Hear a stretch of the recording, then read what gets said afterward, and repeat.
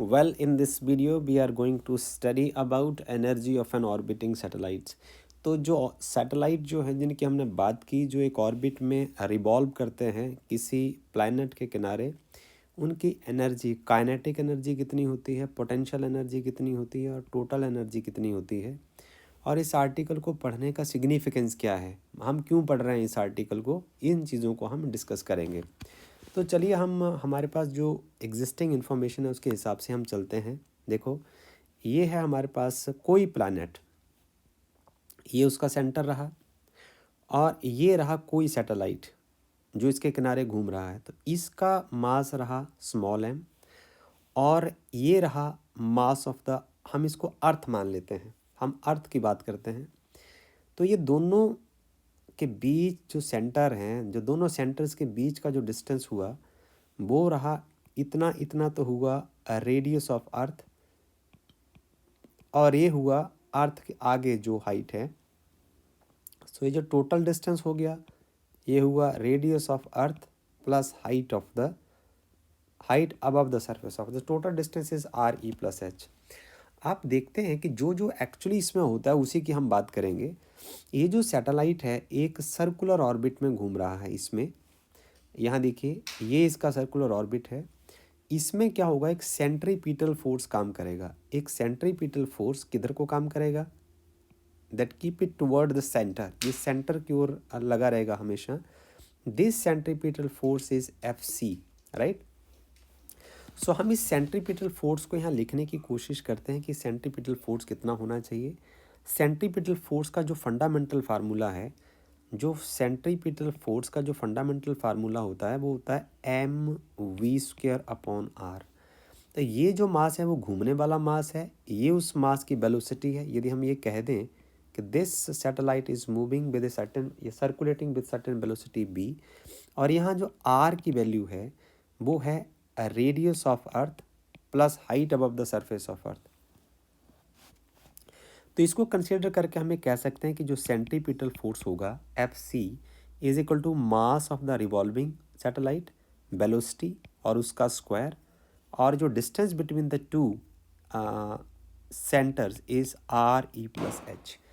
इसको हम equation number 1 mark करते हैं, राइट। बट ये जो सेंट्रीपिटल फोर्स है, this centripetal force is due to the gravitational force between the satellite and the planet.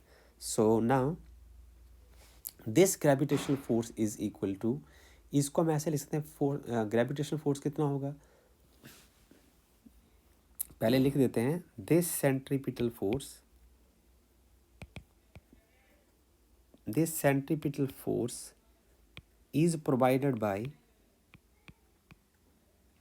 इसको कौन प्रोवाइड कराएगा, gravitational force. This is provided by gravitational force, right. So this gravitation force of gravitation is equal to, उसका formula क्या होता है, जी m1 m2 upon are square. तो यहाँ m1 क्या है, this is mass of earth, m2 क्या है, मास ऑफ द रिवॉल्विंग प्लैनेट, और r क्या है, distance between these two masses is R E plus H. अब हम इन सारे पैरामीटर्स को यहाँ इक्वेशन में फिट कर देते हैं। हमारे पास आ जाएगा force due to gravitation is equal to G, m1 is equal to mass of earth, m2 is just small m divided by this is R E plus H का स्क्वायर हो जाएगा। This is equation number 2, right. अब हम इन दोनों equations को equate करते हैं। हम ऐसा लिखते हैं, from equation 1 and equation number 2 we have, ये देखिए हम लिखते हैं इसको M V square upon R E plus H is equal to G mass of earth m upon R E plus H का स्क्वायर। तो ये कैंसिल हो जाएगा, यहाँ 1 बचेगा। We are left with M B square is equal to G M E M upon R E plus H only.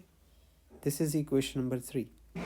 हम ऐसा करते हैं, इक्वेशन नंबर 3 को हम 1/2 से मल्टीप्लाई कर देते हैं। तो जब हम मल्टीप्लाई करते हैं ना, हमें सारे ऑपरेशन बोथ साइड करने पड़ते हैं। तो हम ऐसा करें, इक्वेशन को पहले हम लेफ्ट हैंड साइड मल्टीप्लाई करते हैं, this is M B square. फिर राइट हैंड साइड में मल्टीप्लाई करते हैं 1/2 G M E M upon R E plus H आ जाएगा ना। दिस पार्ट, ये काय का फार्मूला है? ये तो काइनेटिक एनर्जी का फार्मूला है। So I can write now kinetic energy of orbiting satellite is equal to 1/2 G mass of Earth, mass of orbiting satellite divide by radius of earth plus height above the surface of Earth. So this is equation number 4। अब हम आगे बढ़ते हैं। हमें पता चला कि जो काइनेटिक एनर्जी ऑर्बिटिंग सैटेलाइट की कितनी होगी। यदि इसकी वेलोसिटी b है और इसका मास m है तो इसकी काइनेटिक एनर्जी कितनी होगी? This is 1/2 G M E M upon R E plus H. But किसी भी पॉइंट के ऊपर वी नो दैट, हमें जानते हैं, we know that potential energy at any point, किसी भी पॉइंट पर above the surface of Earth potential energy क्या होती है? उसका फार्मूला होता है हमारे पास, potential energy is equal to minus of G m1 m2 upon R होता है।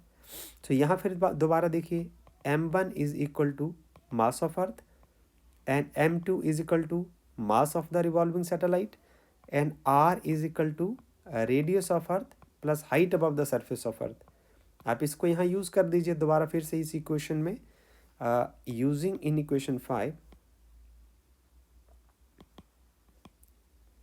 हमारे पास क्या आ जाएगा? Potential energy is equal to minus of G m1 is equal to mass of earth, m2 is equal to mass of the revolving satellite upon this is radius of earth plus height. This is equation number 6। ना हम total energy निकालते हैं कि हमारा जो satellite है जो planet के किनारे, अर्थ के किनारे रिवॉल्व कर रहा है, उसकी टोटल एनर्जी कितनी होगी। इसके लिए हम अगले पेज पर चलते हैं। अब हमारे पास आ जाएगी टोटल एनर्जी, वो क्या होगी? This is kinetic energy plus potential energy. तो हमारे पास जो काइनेटिक एनर्जी है, what about kinetic energy, that is what we have solve. जो काइनेटिक एनर्जी है दैट इज इक्वल टू, ये है, this is positive G M E M upon 2 times R E plus H, and potential energy that is negative minus G M E M upon just R E plus H। अब आपके पास LCM आ जाएगा, this is equal to 2 R E plus H। तो यहाँ तो कोई फर्क नहीं पड़ने वाला, G mass of earth m minus 2g mass of earth m। ये तो आप सॉल्व कर लेंगे। अब आप ऊपर वाले पार्ट को सॉल्व करेंगे, न्यूमरेटर को तो घटाएंगे तो आपके पास आ जाएगा minus g mass of earth into m divided by 2 into R E plus H. आप देख रहे हैं कि जो ये वाला पार्ट है, this part is equal to kinetic energy, this part is equal to kinetic energy। सो आपकी जो टोटल एनर्जी है वो तो नेगेटिव आ रही है। यदि हम टोटल एनर्जी का मैग्नीट्यूड निकालें तो क्या आता है?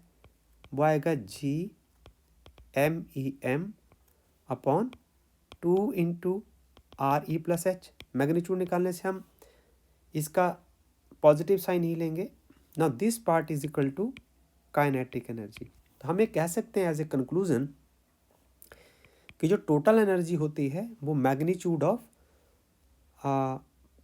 जो काइनेटिक एनर्जी होती है वो मैग्नीट्यूड ऑफ टोटल एनर्जी होती है। और यदि हम पोटेंशियल एनर्जी निकालना चाहें तो पोटेंशियल एनर्जी क्या होगी?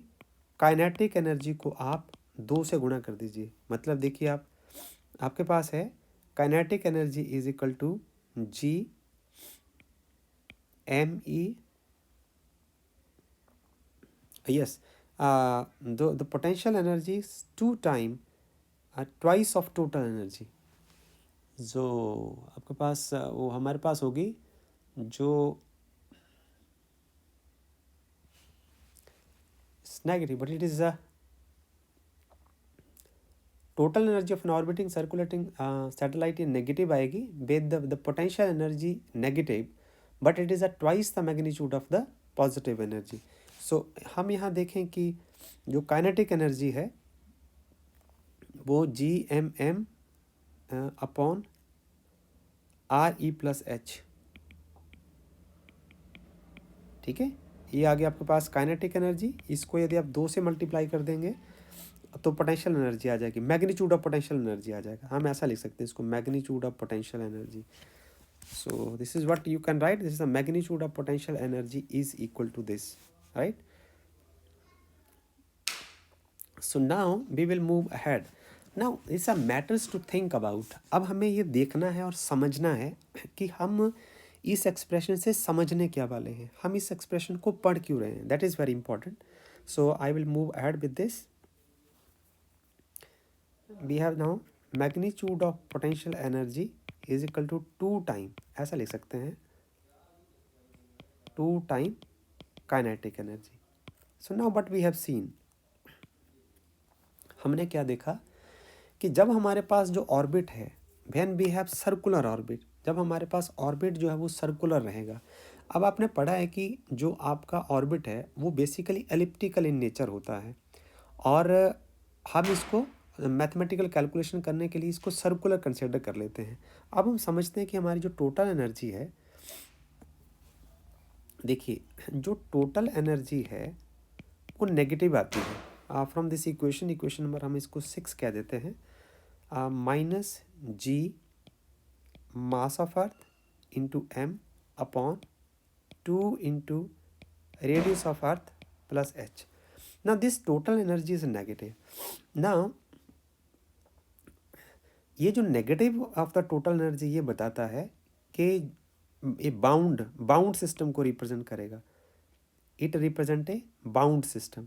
बाउंड सिस्टम का मतलब क्या हुआ, जो सैटेलाइट है वो प्लैनेट के अराउंड ही घूमता रहेगा और कभी भी इस ऑर्बिट को नहीं छोड़ेगा। बट यदि हम ये कहें if total energy is equal to 0 और if it will become positive, इसका मीनिंग क्या हुआ, ये अनबाउंड सिस्टम हो जाएगा। अनबाउंड सिस्टम होने का मतलब क्या है, आपका जो सैटेलाइट है जिस ऑर्बिट में वो रिवॉल्व कर रहा है वो इस ऑर्बिट को छोड़ देगा and it will escape to infinity. But reality की हम बात करते हैं, रियलिटी में हम ये देखते हैं कि हमारा जो सैटेलाइट है वो एक फाइनाइट सर्कुलर ऑर्बिट में घूमता है। दिस मीन्स दैट, हम ऐसा लिखते हैं इसको, as we have seen that satellite revolve in a finite radius of the orbit, so total energy of the orbiting satellite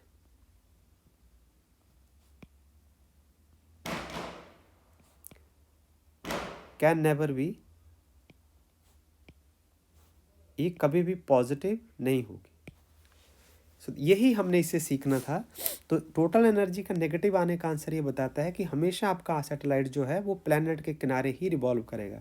जैसे ही टोटल एनर्जी या तो ज़ीरो हो जाएगी, जैसे उसका नेगेटिव साइन गायब हो जाएगा, तो आपका सैटेलाइट आपके प्लैनेट को छोड़ के स्पेस में खुला चला जाएगा, इन्फिनिटी तक चला जाएगा। This is all about this video.